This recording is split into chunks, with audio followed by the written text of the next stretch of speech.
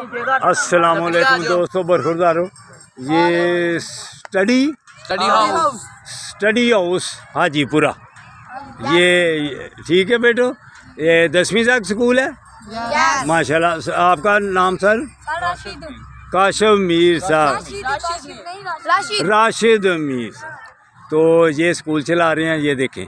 तो बेटो बरखुरदारो, पढ़ाई के साथ साथ ठीक है अपनी सेहत की तरफ भी ख्याल करना है।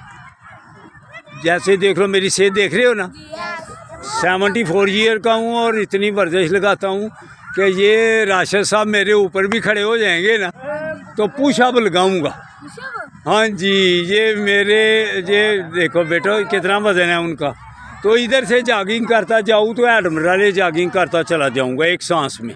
तो चाहता हूँ कि आपकी सेहत भी ऐसे बने जैसी मेरी है।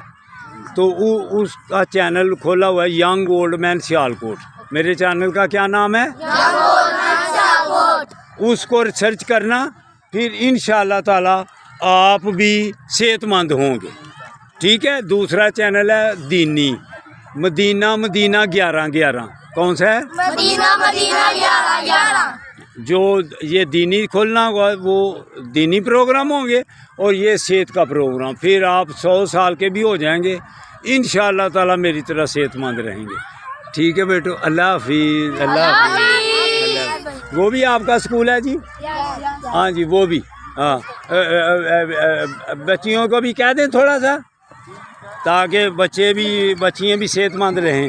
आ जाओ बेटो।